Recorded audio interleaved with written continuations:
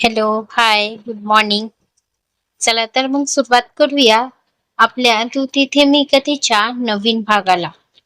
सायंकाळी आज किर्लोस्कर निवासमध्ये एक वेगळी शांतता होती. म्हणायला आता सगळे चहा कॉफी घेत होते, पण कुणीही कुणासोबत बोलत नव्हते. फक्त एकमेकांना बघणं सुरू होतं त्यांचं. शामराव आणि श्रीकांत नुकतेच येऊन चहा घेत होते. तर रमाकांत नंदाला काही बोलण्यास खुणावत होते. तर नंदा त्याला डोळ्यांनीच शांत करत होती, ज्यामुळे आता शारदाच्या चेहऱ्यावर चिडलेले भाव आले होते. तितक्यात सुनबाई, यश आणि छोट्या सुनबाई अजून आले नाहीत. ती शांतता तोडत शामराव यांनी सुगंधाला विचारलं, बाबा, त्यांना थोडा वेळ लागेल. येतील थोड्या वेळात, सुगंधाने सांगितलं. आज का इतका उशीर? श्रीकांत यांनी चहाचा कप ठेवत विचारलं. यशची मीटिंग असल्याने त्याला थोडा उशीर होईल, सुगंधा म्हणाली. त्यानंतर शामराव आणि श्रीकांत आपल्या खोलीत निघून गेले. सुगंधा सुद्धा ते सगळं घेऊन मेट सोबत किचन मध्ये निघून गेली. आई, का नाही विचारलं बाबाला? रमाकांत थोडे चिडत बोलले. त्यांच्या चिडण्याने नंदा यांचा चेहरा सुतारला. अहो आई, तुम्हाला समजत का नाही? तुम्ही जितक्या लवकर याबद्दल बोलाल तितकंच आपल्यासाठी चांगलं आहे. शारदा नंदाचा हात हातात घेत तिला फूस लावत बोलली. बरं, बोलते मी, बोलून नंदाने त्यांच्याकडे दुर्लक्ष केलं आणि आपल्या टीव्ही मध्ये गुंतली. तसे रमाकांत आणि शारदा आपल्या खोलीत निघून गेली. किर्लोस्कर एंटरप्राइज इकडे ऑफिस वेळ सुटल्याने सगळे एम्प्लॉय निघून गेले. तसे सिया सुद्धा यशच्या केबिन मध्ये येऊन त्याची वाट बघत बसली होती. तसा तिला थोड्या वेळापूर्वी मेसेज आला होता, ज्यात त्याने तिला स्पष्ट शब्दात सांगितलं होतं की तो मीटिंग साठी कॉन्फरन्स रूम मध्ये आहे. तर तिला आपल्या केबिन मध्ये थांबायला सांगितलं होतं. ज्यामुळे सगळे गेले तशी सिया याच्या केबिन मध्ये निघून आली होती. आज पहिल्यांदा ती तो केबिन इतकं निरखून बघत होती. तो भव्य केबिन अगदी आधुनिक पद्धतीने डिझाईन केलेला होता. समोरचा तो काचेचा टेबल, ज्यावर आता फाईलचा ढीग लागला होता, जे बघून तर सिया स्तब्धच झाली. एका दिवसात इतक्या फाईल्स बघून आता तिला समजलं की तिच्या अहोंना किती काम करावं लागतं. त्यातही तो तिला गरज असेल तेव्हा नेहमीच तिच्या सोबत असतो. हे आठवून तिच्या ओठांवरची स्माईल आणखी गरज झाली आणि ती तशीच चालत चालत त्या बॉस चेअर जवळ आली. तिने खूप प्रेमाने त्यावरून हात फिरवला. त्या चेअरवर अजूनही यशचं अस्तित्व तिला जाणवत होतं. त्यानंतर तिने त्या टेबलवरून हात फिरवायला सुरुवात केली. जणू त्याच्याशी जोडलेल्या प्रत्येक निर्जीव सजीवर आपला जीव ओवाळून टाकावा असंच वाटत होतं तिला. आणि तसंच प्रेम करता करता तिची नजर पडली ती समोर टेबलवर असलेल्या त्यांच्या फॅमिली फोटोवर, ज्यात यश आपल्या मॉम डॅड सोबत हसत उभा होता. कदाचित त्याच्या ऑफिसचा पहिल्या दिवसाचा तो फोटो असावा. आणि फोटोतला तो हसरा चेहरा बघून तर सिया यशला बघतच राहिली. त्याची ती मोहक स्माईल बघून तिच्या हृदयात हालचाल होऊ लागली आणि ती पापणीही न हलवता त्याला बघण्यात गुंतली. सिया त्या फोटोवर सुद्धा प्रेमाने हात फिरवत होती. तर दारात नुकताच आलेला यशने तिला तसं करताना बघून त्याचे पाय तिथेच थांबले. यात किती वेळ गेला हे ना सियाला जाणवलं नाही केबिनच्या दाराशी उभ्या असलेल्या यशला. सिया त्याच्या फोटो बघण्यात गुंग होती, तर यश आपल्या डॉलला. शेवटी खूप वेळ गेल्यानंतर सियाने ती फोटो हळूच जिथे होती तिथे ठेवली आणि ती समोर जाणारच की अचानक तिची नजर केबिनच्या दाराशी टेकून उभ्या असलेल्या यशवर गेली आणि तिचं हृदय स्किप झालं. जणू तिचा श्वासच थांबला. त्याला असं एकटक आपल्याला बघताना बघून सियाचे गाल लाल होऊ लागले. चेहऱ्यावर लाजेची छटा उमटू लागली आणि बोटांची चुरबुर करत सियाने आपली मान खाली घातली. तसे तिलाच बघत असणाऱ्या यशचे ओठ आणखी रुंदावले. आपल्या डॉलचे हे निरागस रूप त्याला आणखी वेड लावायचं. यश तसाच तिला बघत आत आला. तशा सियाने त्याच्या नजरेचा ताप सहन होऊन आपल्या पापण्या झुकविले. दोघांच्याही हृदयाच्या धडधडीने त्या केबिनचं तापमान वाढायला लागलं होतं. प्रेमाच्या गंधाने तो संपूर्ण केबिन बहरू लागला होता.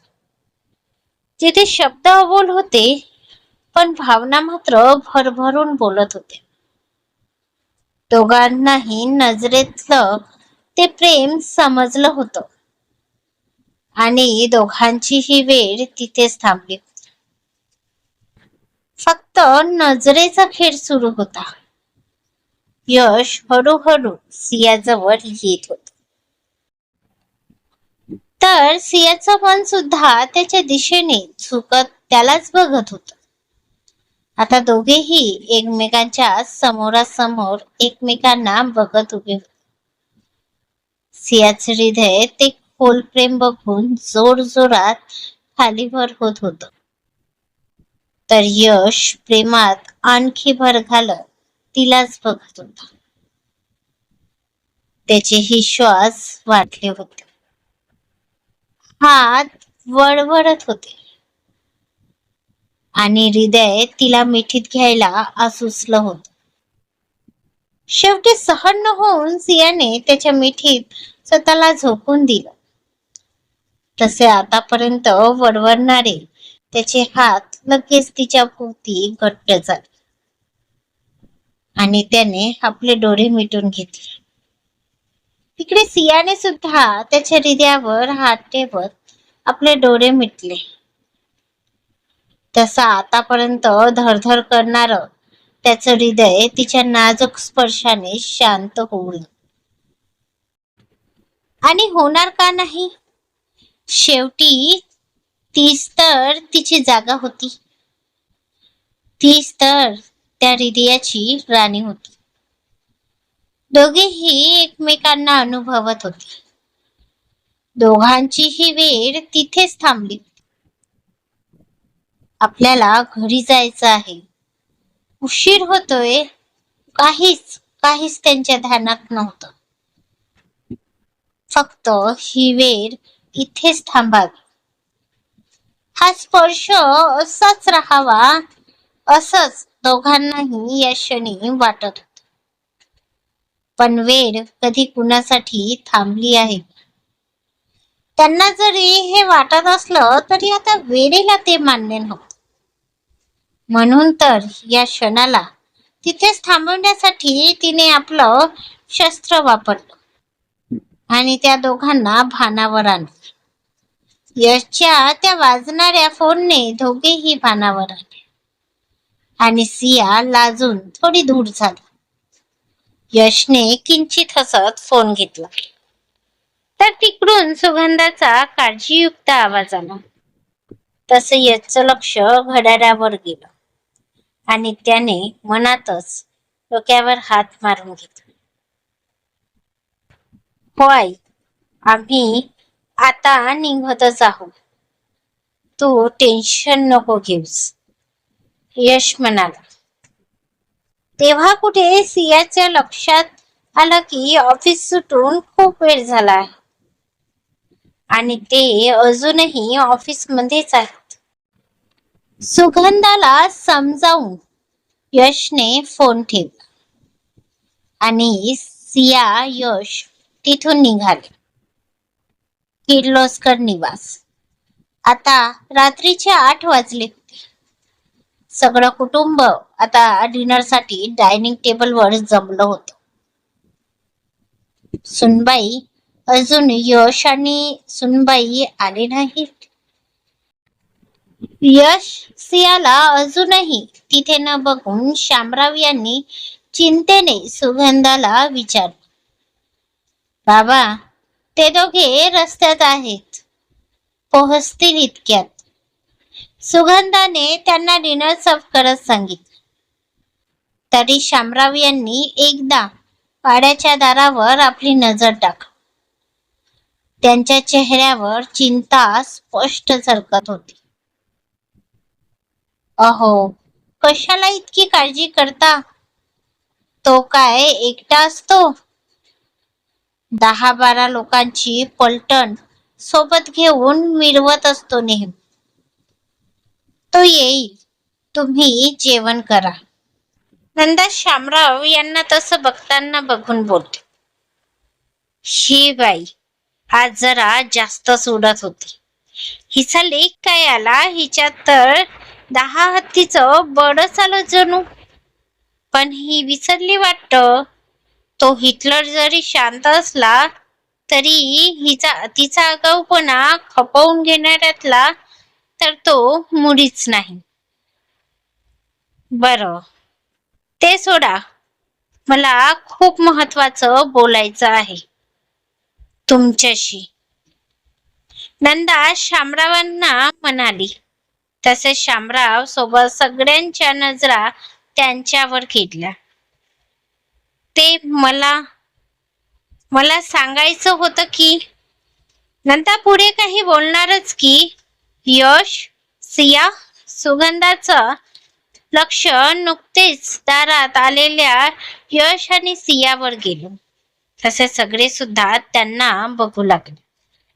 तर अक्षतची नजर मात्र यशच्या बाजूला उभ्या असलेल्या कोमल फुलावर गेली.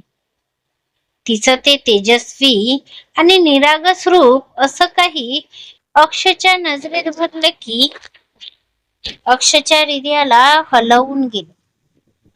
दिवसभराच्या कामात असून सुद्धा तिच्या सुंदरतेत कुठलीच कमी आली नव्हती.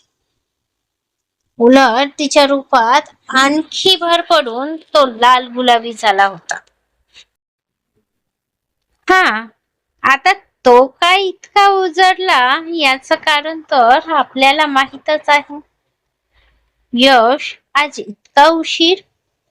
आल्या आल्या श्रीकांत यांनी विचारलं. डॅड, एक अर्जंट मीटिंग आली म्हणून. ओके, पण नेक्स्ट टाइम जर असं काही असेल तर सियाला ड्रायव्हर सोबत पाठवून दे, श्रीकांत म्हणाले. तसा यश बोलून सिया सोबत आपल्या खोलीकडे निघून गेला. पाहिलं का कसा वागतो आहे हा हिटलर? साधं हो म्हणायला त्याच्या जीवावर आलं आणि कसा बायकोचा हातात हात घेऊन निघून गेला. आजकाल ह्याचं हे सुरू असते, जिथे ती तिथं हा. नेहमी चिकटलेला असतो, जशी याचीच बायको तितकी रूपवान. नंदा शारदाच्या कानात कुजबुजली. तर शारदाला सुद्धा ते पटलं आणि तिची नजर यशच्या हातावर गेली, ज्याने सियाचा तो नाजूक हात अगदी घट्ट आपल्या हातात घेतला होता. थोड्याच वेळात सिया यश सुद्धा फ्रेश होऊन सगळ्यांसोबत डिनरला जॉईन झाले. अक्षची नजर आताही यशच्या बाजूला बसलेल्या सियावरच होती. फ्रेश झाल्याने आता तिचा चेहरा आणखी खुलला होता आणि विदाऊट मेकअप सुद्धा ती खूप खूप सुंदर दिसत होती. त्यात तिच्या चेहऱ्यावर आता एक हलकी चमक सुद्धा होती. तिचं ते शांत निरागस रूप अक्षला भुरळ पाडत होत. अहो, तुम्हाला खूप महत्वाचं काही बोलायचं होतं ना? सांगा बघू. शामरावांचा आवाज त्या डायनिंग टेबलवर घुमला. तशा याच्या नजरा सुद्धा लगेच येऊन नंदावर टेकल्या. तर नंदा कधी यश तर कधी शामराव यांना बघू लागली. यशची ती करडी आणि शांत नजर बघून आता तर तिची जिव्हात जड झाली. काय होईल जेव्हा यशला रमाकांत आणि शारदा यांच्या येण्यामागचं खरं कारण समजेल? अक्षच्या नजरेतले भाव ओळखेल का सिया? यश सिया देतील का प्रेमाची कबुली? बघू पुढच्या भागात लवकरच.